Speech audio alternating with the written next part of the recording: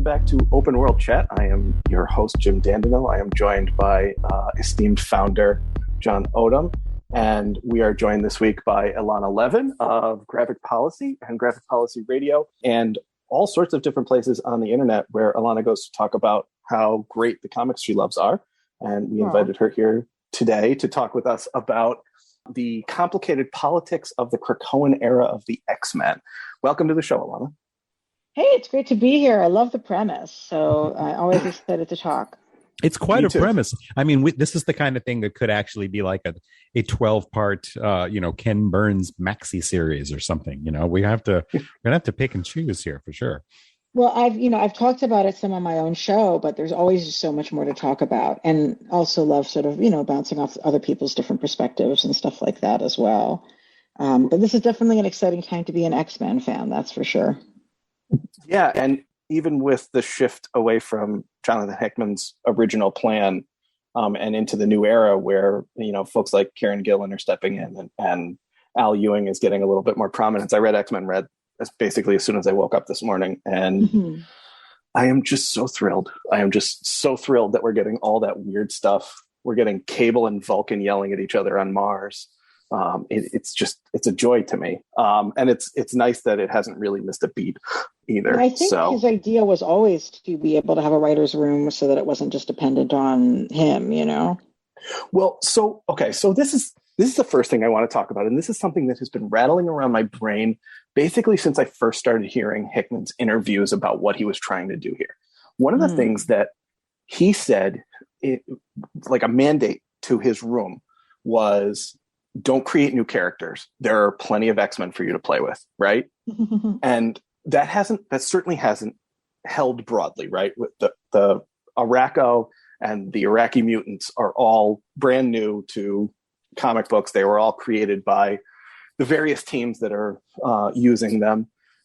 But at the same time, I can't help but hear the voice of somebody who had his creations put onto the big screen where they made billions of dollars for the parent company, and who probably did not see a substantial sum out of that. And I'm thinking specifically of the Black Order, Thanos's crew that showed up. I was wondering, okay. No, I'm thinking of the Black Order.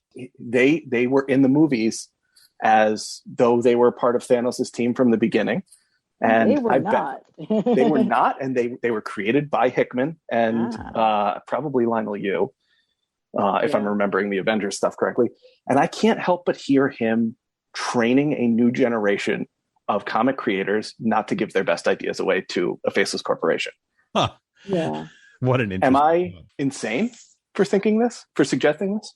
I think that's a really great point. I mean, there is sort of the X-Men. The X-Men have always had an expanding cast, and it sort of reflected generational differences of like who we wanted to make sure we were telling stories about. But it's interesting that you mentioned the Black Order specifically, because I feel like that's a concept that wouldn't really make any sense outside of, Marvel. And yet the point remains, give the guy more money. It's ridiculous. So it's sort of, I think that like, the characters who have been created in the new series are a combination of characters who we need to see through world building. Like, if you want to do a story about Arakko, well, then you have to have some people to populate it. Not gonna lie, I'm not like super interested in the Arakko end, but I'm also not interested. You know what I mean? Like, this is interesting, but it's not that's not the thing I'm most interested in within it. But then you have, like Vita Ayala and Rod Reyes are introducing new characters and new mutants who are really important to have, because there haven't been enough trans and non-binary, canonically, I should say, rather than subtextually, X-Men characters. And they also are younger, which is, this sort of traditional dynamic of like having a new class of young people to raise. And so I think that's been the other main place we've seen new characters. But we've really seen a great job of them keeping characters that people know and love from the past, giving them fresh angles, resolving things that didn't make sense about them or that felt icky. But you're right about the analysis in terms of like the money. Yeah. Okay.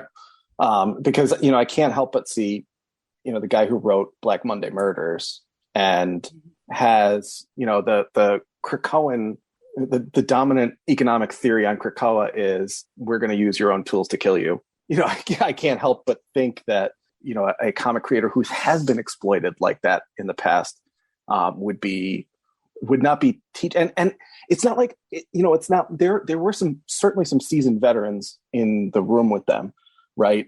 Jerry Duggan's been around the block. Obviously Lionel Yu has been a superstar for a long time before he came to this iteration of the X-Men.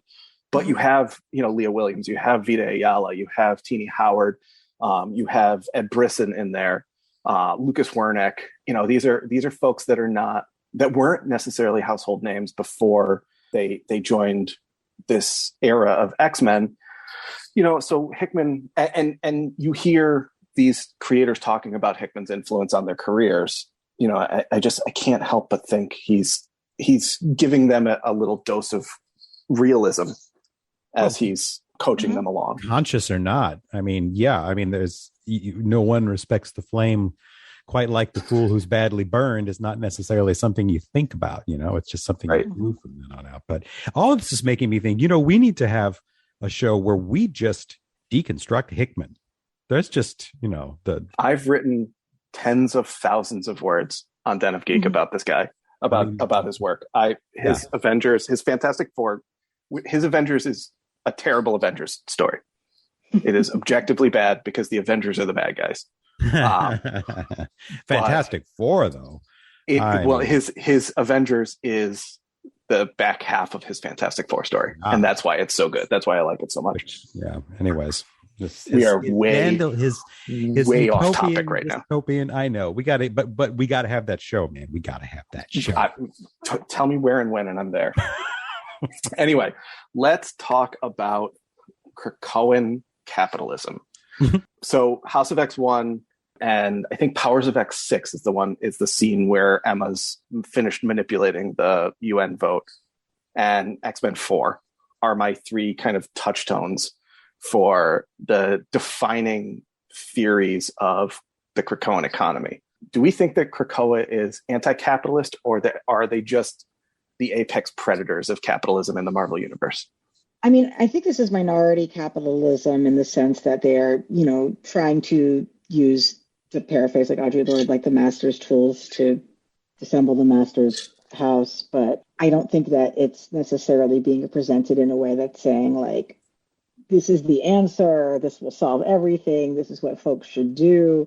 I think it's showing this is like one approach that is an approach that seems very likely that folks would take because, this is the world that we know, that we're raised in, is one where capitalism is the dominant, economic model. And so people find it easiest to imagine themselves using it, but instead of like instead of it existing to hurt them, manipulating it and changing it in ways so that it supports them and supports their community. And, I think in those ways, it's like this is not like a radical utopian story because of that, but I think it's great. I'm totally here for it. And I think it makes a lot of sense with the players that we have involved in it, especially Emma Frost. This has really been her political take for as long as comics have bothered to give her one. I would love to see there be some characters who do come out with a more anti-capitalist vision that doesn't just apply to their own community, because they are living in a post-scarcity world, but it is just them. And as is true for the oppressed minority on this, in this, Marvel universe, like, cool, good for you. But it would be interesting to see, can this be brought as in ways that are liberatory for other marginalized people around the globe that are not necessarily mutants? It strikes me a little like the OPEC question in some ways. OPEC, are they truly capitalist, or are they, they're a cartel. We're not playing with the markets. They are actively manipulating the markets to their own ends and to their own political ends, social ends, even cultural ends. Does that count as capitalism, or is that something else, picking up that tool left on the table that's usually a tool for its own ends and weaponizing it to ends that aren't necessarily those that you think of as economic. Is that capitalism or not? Anyway, I think there's some of that going on, and it is a question that confounds me all the time. Well, there's no such thing as pure capitalism. So, of course, Right. I think it's like, without a question, it's in line with the capitalist approach. It's about making money. So for the people who are the in-group, making money for the in-group is what capitalism does. So, yeah. Well, I mean, it gives the finger to the invisible hand, I guess, kind of is the idea. It could use all the fingers we can give it. Elana, I know it's speculative, but that kind of transformational ideal that solidarity outside of just Krakoa, do you think that that's something we might see out of New Mutants? Because that book seems to be where, Ayala and Rice and the other artists on that book, they seem to be the ones that are kind of transmuting the concepts of Krakoa most effectively into action. To me, the premise, the whole premise of Ayala's New Mutants has been to call bullshit on Krakoa's self-importance. Mm-hmm. It has been this group of outcast kids. First and foremost, it started with the original class of New Mutants saying, we're just letting these kids hang around and run around, and occasionally we're teaching them how to be soldiers. We should be doing more than that. And pointing out that contradiction, and then it was the kids pointing out the contradictions inherent in the way that their society has started to structure itself. That feels to me like the most likely place where we're going to see some pushback against, I guess, inward self. What's the word I'm looking for? Oh, man, you're going to make me do some editing here, aren't you? No, you can leave all this in. You're not going to do it anyway. Why are you pretending? How focused it is on just what is good for Krakoa. Right. Yeah. They're not doing anything for the rest of the world. The X-Men Green arc, I think, where Nature Girl starts blowing up oil pipelines, was kind of one of the first places where we saw the rest of the messed up world starting to be impacted by Krakoan ideals. But I think, I don't know, it feels like Cosmar specifically, Cosmar and Gabby are the ones that are going to make this an issue.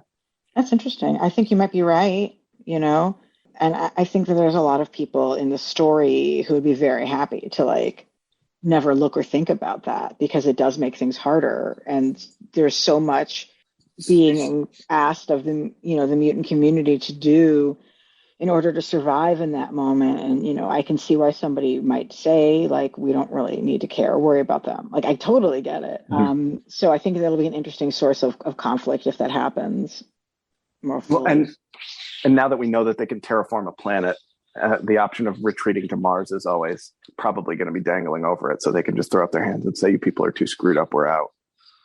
I mean, you think also about when we're looking at climate apocalypse for real Earth, the fact that somebody can make a backup Earth gives you the sense that I guess we can just keep destroying the Earth, but it leaves up the question of who gets to go to backup Earth, who's going to continue to have to slave away on this one.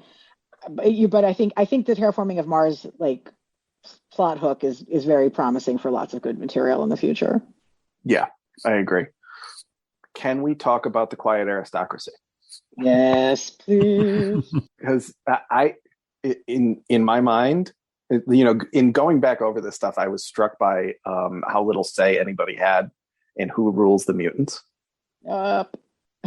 Yeah, they just kind of picked themselves, and even the air quotes good guys, right? Even Nightcrawler and Jean and Storm just showed up on the council as if it was a totally normal thing to do, as if these they're probably up to 5 million at this point, back and alive now, as if these 5 million people were just destined to have these 12 people lead them. These 12 people who are particularly noteworthy for being specifically charismatic and good at fighting. Those are the two skills that they have. It's right.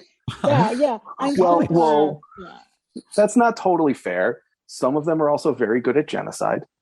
Oh, point taken. But yeah, I mean, we're good at juggling.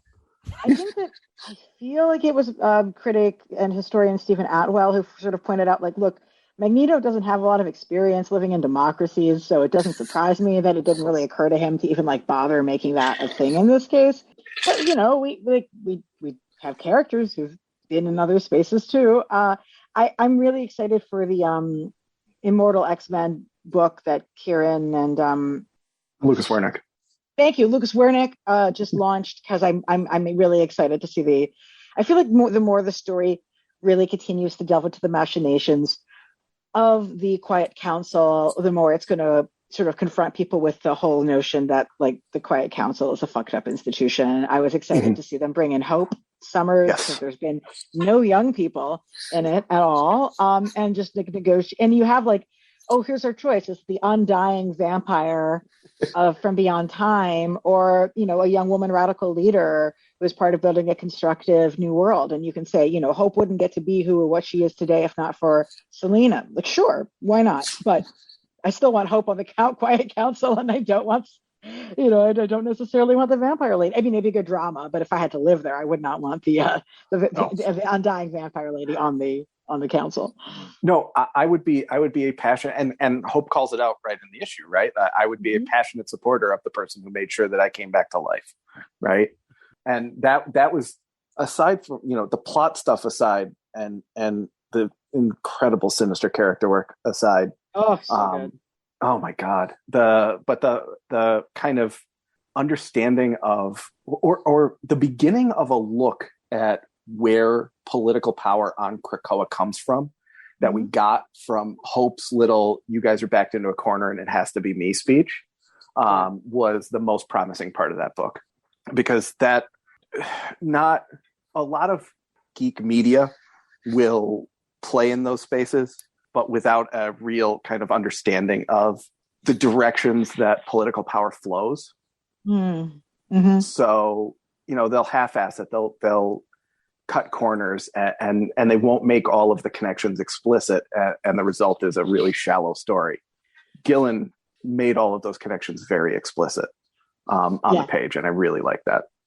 I think sometimes with something, I mean, this has been such a rich period in X-Men history that some of these holes we wouldn't otherwise notice, right? I mean, when Hickman was setting all this up, we have these questions about governance because he didn't really cover them. There's some assumption there because he had plenty of other story to tell, and he wasn't writing an encyclopedia, even though sometimes it seemed that way. But it means those things leave those niggling questions because the world is so complex and so complete. So something that's not filled in makes you wonder. And then that leads to the next story, hopefully picked up by, the next round of equally good writers. And these things just start to flow in an episodic way that you start that ball rolling. But, I think we can examine these without necessarily critiquing how it was set up. Is there some kind of oligarchy thing going on? What were Nightcrawler and Storm doing there in the first place?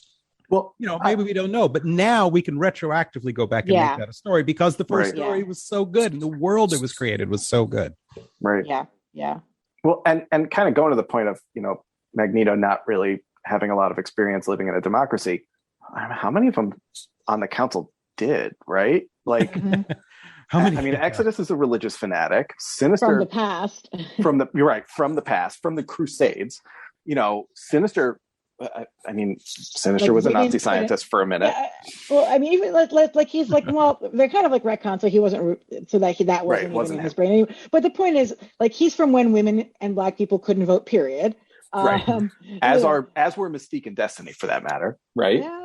Yeah. That's that's in the setting of that issue, right? Like the issue itself is really being like, this is what the world was like back then. Yeah, it is not, and then you've got Shaw and Emma and Charles, who are old money and pretending to be old money, at least in Emma's case, right? So like they are old school aristocrats in as much as you're going to get on the page in a modern comic book, right? Yeah. So it's not, and Storm is Wakandan royalty, even if she's divorced Wakandan royalty, right? So it's not, it is not an especially democratically inclined group. I will never look at her that way, though. I'm too old. No, she's an X-Men.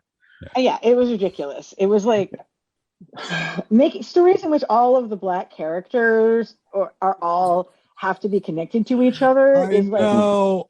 it's racist. I'm sorry. God.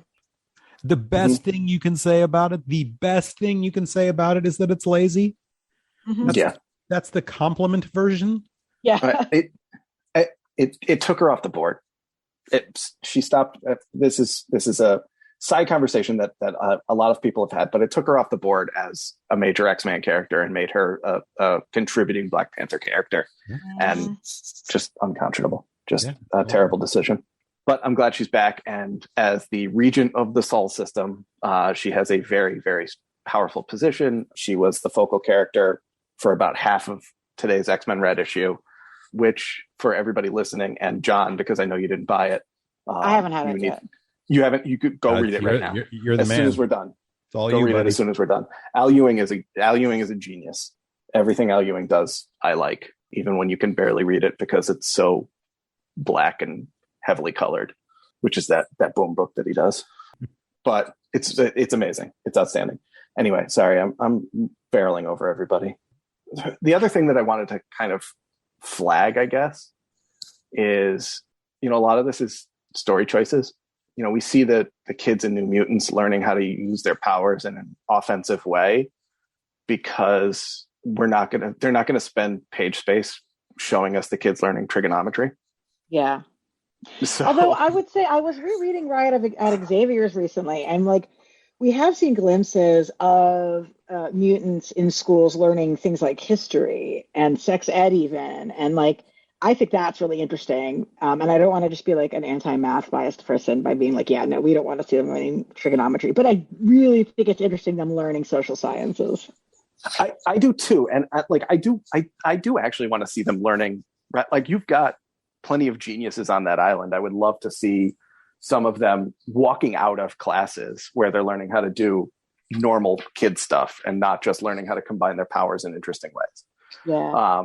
But at the same time, the realities of the real estate on the page kind of steer us away from some of the foundational societal elements of it, so that New Mutants is going to come across more as a military training ground than it may necessarily be in the conception of the people creating the books, right? Right. Does that make sense? Right. Yep. Yep. It's going to be wandering off a bit, but futurism informed or created from cynicism is it's a classic dichotomy there, and it really has been playing out in X-Men stuff for years now. It's the underlying cynicism to so much of it is powerful. It's a fundamental tonal shift from the older, jollier days, even when it's being sort of having a utopian image about it. It's still, completely founded on this really, really cynical stuff. Mm-hmm. Oh, Elana, what's been nagging you the most about this era? I mean, one of my biggest things is how hungry I've been for more detailed analysis of the Quiet Council, which I'm now getting because we get to have the things we want. Hooray! I definitely I'm frustrated. I know everybody who is currently working on books in which Kate Pride. I know everybody who is currently working on books in which Kate Pride exists wants Kate Pride to be as expressly and clearly bisexual as we all know her to be. Mm-hmm.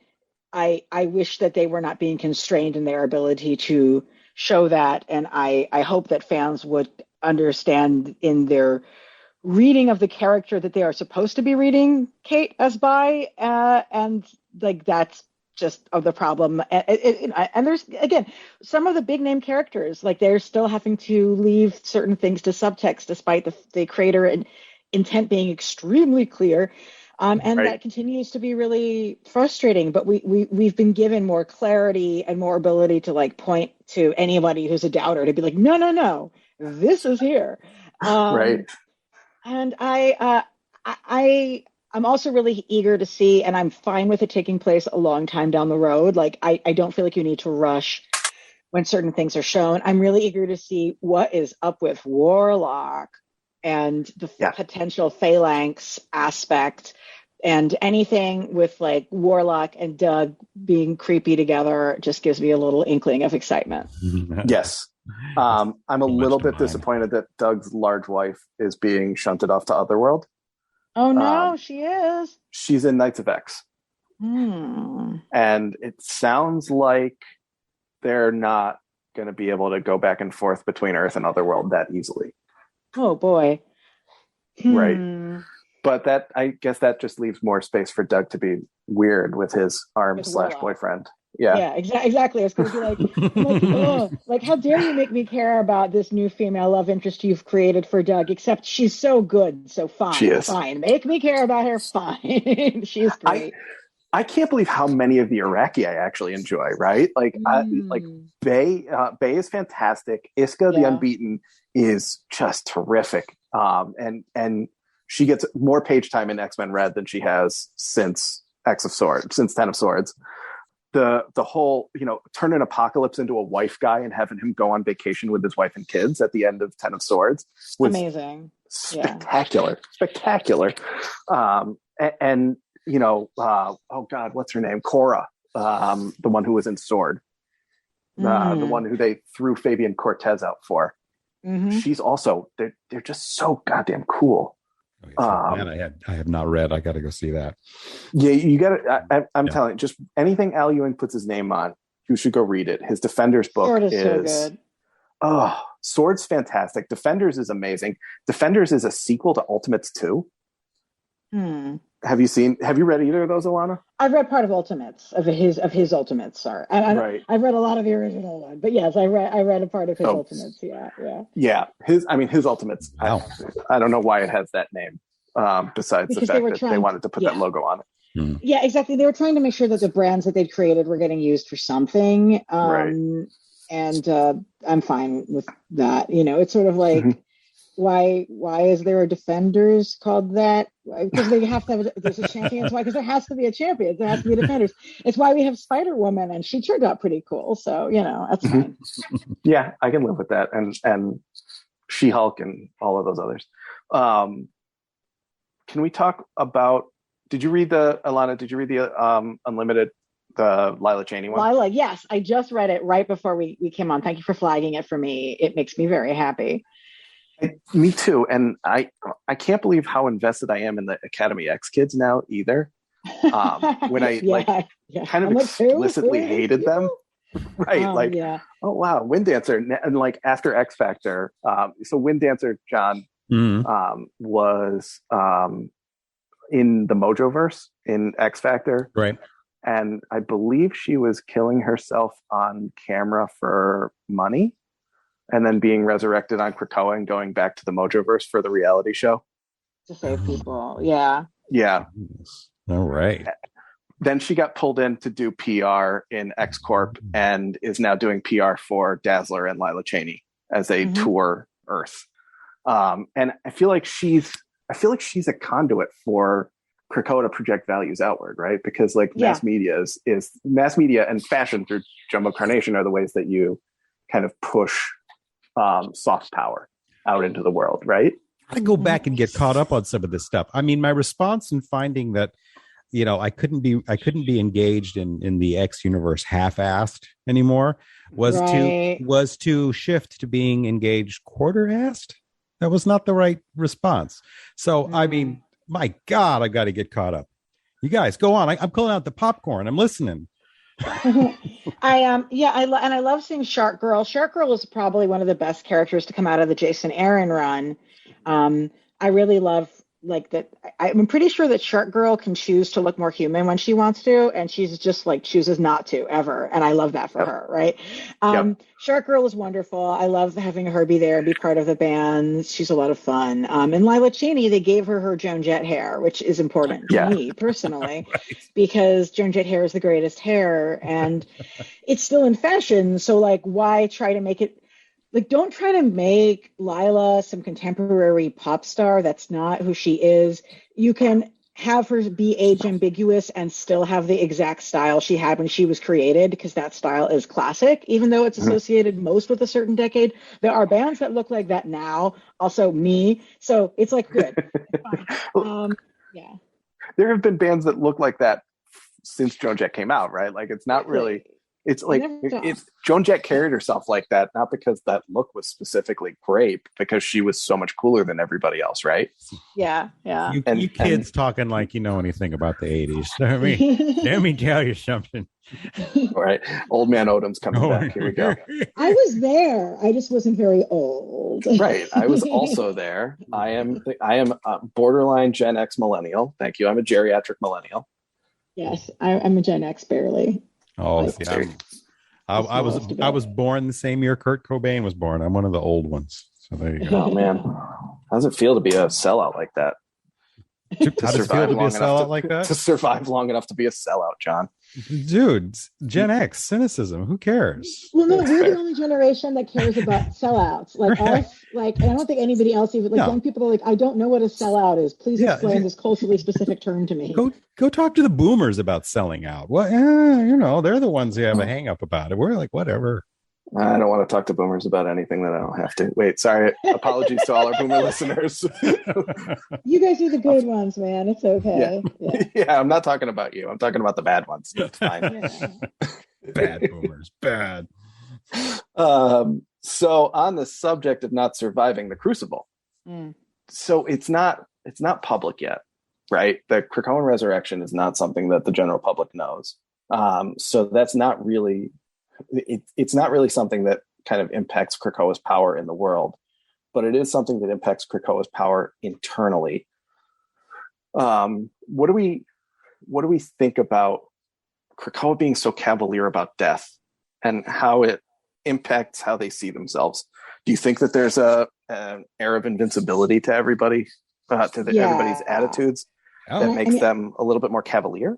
Yes, I think the story has begun to sort of deal with that when they had that whole patchwork man question. I mean, I think the story is interested in that, and I'm sure we'll be seeing more of it. I mean, I'm super interested in the reality of like what happens when mutants don't have to be soldiers anymore. Like that is really exciting to me, and that's why I'm so happy with like the Lila Cheney comic and like everything with Emerald Carnation. Like I want to see the cultural production. I want to see, you know, I really don't like sports IRL, but I want to see like mutant sports getting popularized on television around the globe. You know, you know, even here, like I just want to see this culture society get developed and inspire people, and really get comics to tell stories that are not necessarily just about fighting. Because I love these other things too, but I do think that when the thing that allows people to do those things is that they've been freed from death. You know, I personally don't really believe in the existence of a soul, so I'm just kind of like, I don't like. It's sure, like it's the same person. You know, like if you don't know, you don't know, and you're. It's very fascinating. Oh, so I guess now's as good a time as any to have our periodic, and by periodic I mean episodic, foray into Star Trek. I knew you were going to say that. I was going to say if you didn't. Oh, yep.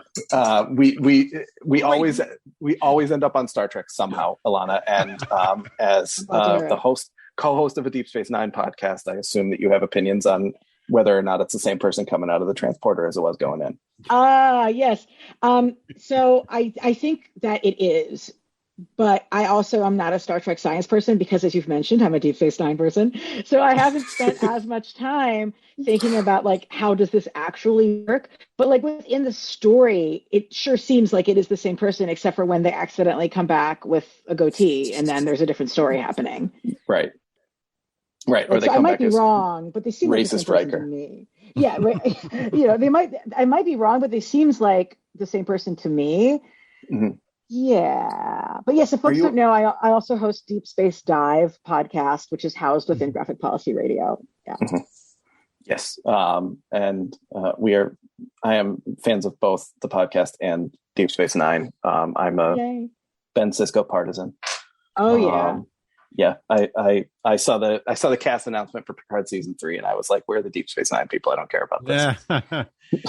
from that era, I'm more Team Voyager. I admit. Oh, we've been watching Voyager, which I hadn't really watched much of before, but those last couple seasons of Voyager are excellent. The rest of it, extremely uneven. But the last Very season, uneven. the last couple seasons are really good. I even to me, even as its best, I don't like it as much as DS9, but it's definitely good television. Like that's not even a question. And Jerry Ryan, like everybody needs to like bow down and apologize to her for what she went through because her performances are tremendous and she suffered so much over just complete bullshit. But what a great actress that got treated so shittily. Good God. She is, I think, getting her due in Picard right now. I know she's so good. She has never been so hot as she is as an older person being a badass. Like I think we can all agree. I agree 100%. I'm going to say it real quietly though because my wife is upstairs right now. Oh, she probably agrees too. It's all good. Yeah, no, Jerry that's Ryan fair. fan club is large. Well, yeah. So no, welcome everyone. I haven't seen Picard season 2, but I have seen season 1, and I really like season 1. I have to tell you that this blows my mind. My mom, who has never seen any Star Trek ever, except for Picard season 1, because her husband was like, "I really want to watch this," and she's like, "I guess I'll watch this with you." My mom loved Picard season 1, knowing nothing about Star Trek whatsoever. So I think that speaks to it being good television. Yeah. I liked it a lot. I just finished the last season of Discovery, and I think I like the last 2 seasons of Discovery the best out of the new Star Trek. The last 4 episodes of this new season of Discovery were really good. I'm so behind, really, and I know really I want to. I know I want to see it. Like I just. It season 3 of Discovery was, and I've said it before here, was one horny nebula episode away from being a classic Star Trek season. All they needed was to go through a nebula that made everyone have sex with each other, and it would have had every single. Oh, they didn't. trope. I'm disappointed now. I don't know, man. If they didn't go through that nebula, no. Okay. I know. Where is it? Just because it's in the future doesn't mean that they can't have a horny nebula. I was when I heard that the new show was taking place in the past of Star Trek versus in the future, I was disappointed by that choice, but it sounds like they've switched to that now. So I just think the desire to constantly relive the past of Star Trek, I think, leads to inward-looking stories, and it loses some of the utopian interest that I think the stories can offer when we go to the future beyond that. And like, I don't want everything about Star Trek to just be about Spock. Like, as much as I love Spock, Yes. Why? Yeah. That's so that current Star Trek, and they're continuing to do that with Strange New Worlds. I mean, does it have to be a Noonien Singh in there? Couldn't we? It's just. Did she have to be Spock's, sister? There's way too much of that. They don't need to go that with every single opportunity they get. That's Star Wars that does that shit. Leave us alone. Oh my god. Right? Although actually that brings me to something that's directly related to mutants, which I'm going to bring it back to. Oh, good. Thank you. I was going to say we should probably try to figure out how to do that. I feel very strongly in the importance of their mutants continuing to be born randomly to random parents, and not having all these stories be focused like bloodlines, and like, I want mutants to have non-mutant kids, and I want mutant kids born to non-mutant families, because like, this is how the world works when it comes to difference in so many ways, and we have to like talk about those challenges. And I feel like I think we're in a pretty decent equilibrium on that right now, where it's not just like the families of the Summerses and their reign and whatever. Like, I think this moment is a good marking point of not having it just be genetics with family. I'm going to pull a double reverse on you here just to make the point and flip right back over to a Star Trek thing, because somebody needs to make this comment there. And I think that with the X-Men a lot, I have forever. And I want someone to say what Kirk said at the end of Undiscovered Country at some point, to say, you know what, Spock, everybody's human. I know that takes away the central fun conceit, but at some point there's got to be of, Homo sapiens superior. What? It's all Homo. Come on. It grates a little bit though, right? Like, part of the reason why I think the Krakoa era hit the way that it did is because of what Cyclops says to the Invisible Woman in House of X1, right? I've watched you people try and kill my family for years. Did you think I was just going to sit back and take it? Right. And House of X1 launches in the middle of kind of the upswing of the BLM protests. And in a world full of out-group upheaval, where out-groups are saying, we are not going to sit back and take this anymore. And I think that's part of the reason why it hit the way that it did. I think that's part of the reason why it was so culturally effective in our world.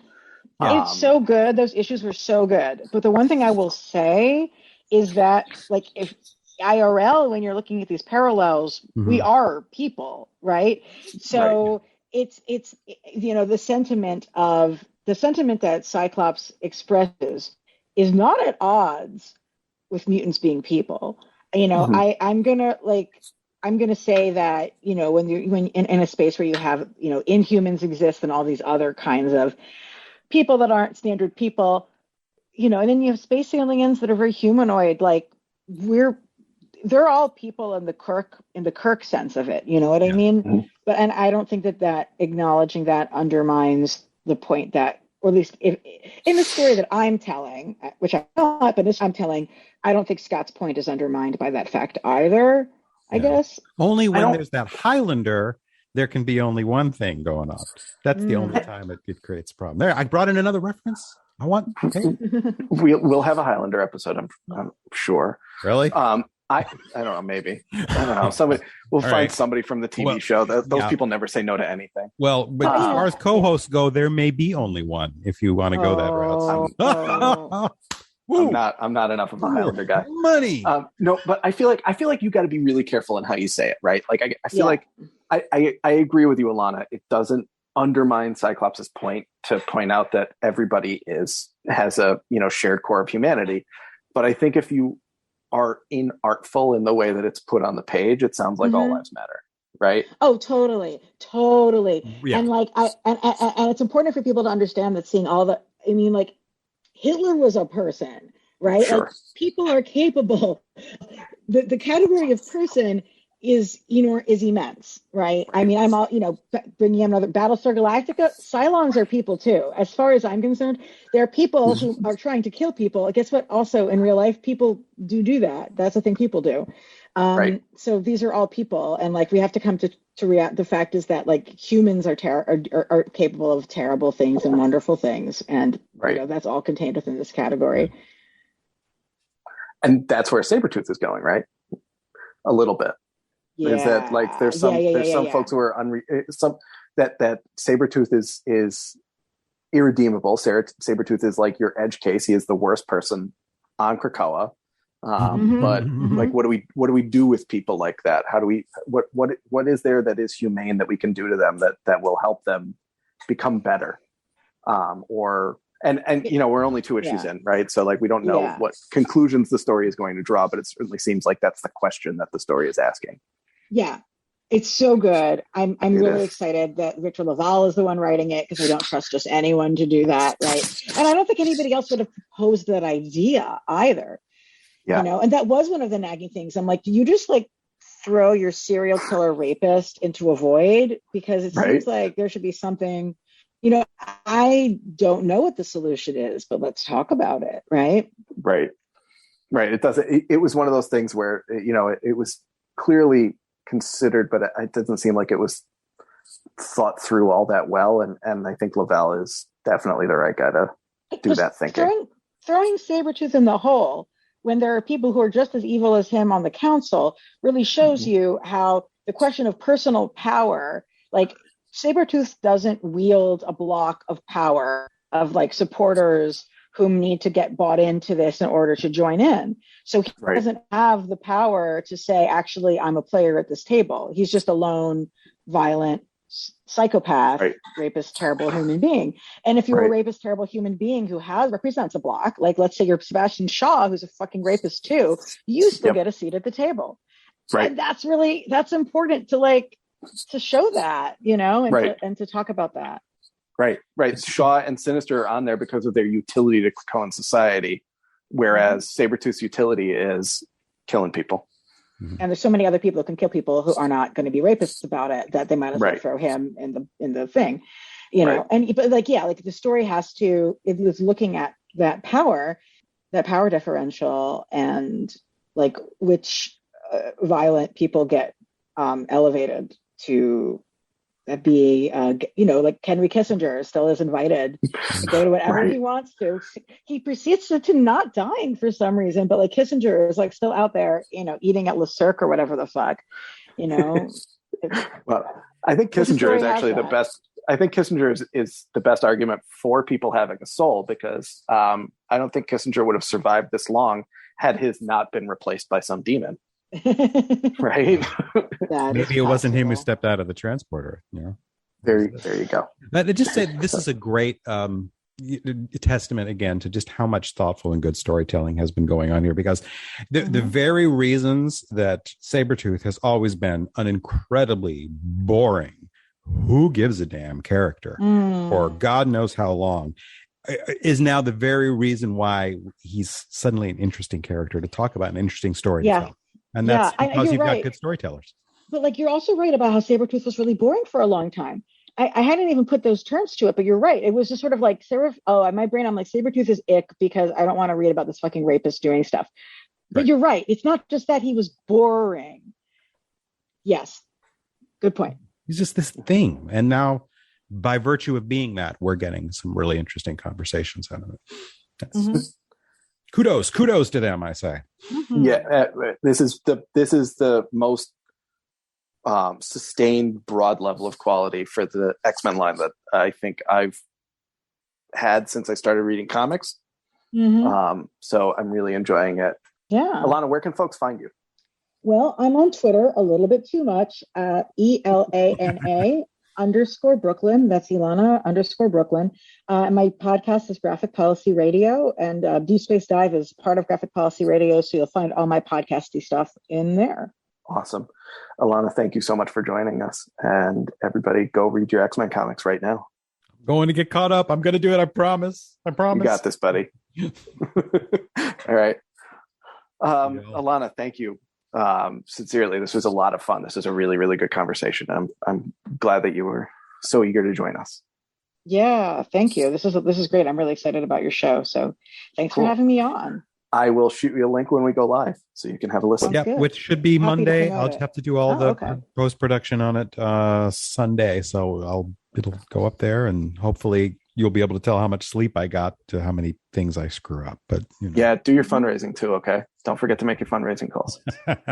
Yeah. Well, see, let me tell you now. See, I'm running for statewide office right now. So. He's running for Secretary of State. And I'm definitely, so it's a really good time for me to get back and caught up on reading all this, because, Krakoa will definitely inform my views on governance as I present my candidacy to the state. This is exactly what we want the person in charge of the Office of Professional Regulation to have in mind.